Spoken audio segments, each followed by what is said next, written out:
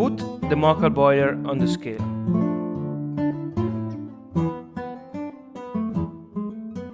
Pour the water into the boiler until you reach half of the valve and weight it. Based on the weight, we will use 10 grams of coffee per 100 grams of water.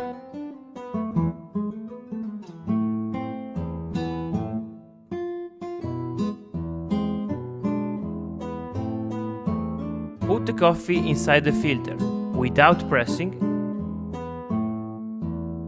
and level it with a delicate movement. Close the moka pot.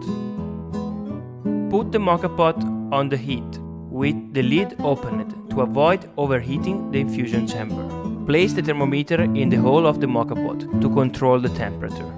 When you see the first drops, decrease the power of the heat to make the extraction more delicate. Remove the moka pot from the heat when you see around 80-85 degrees. Before serving, mix the coffee with a spoon to homogenize the aromas.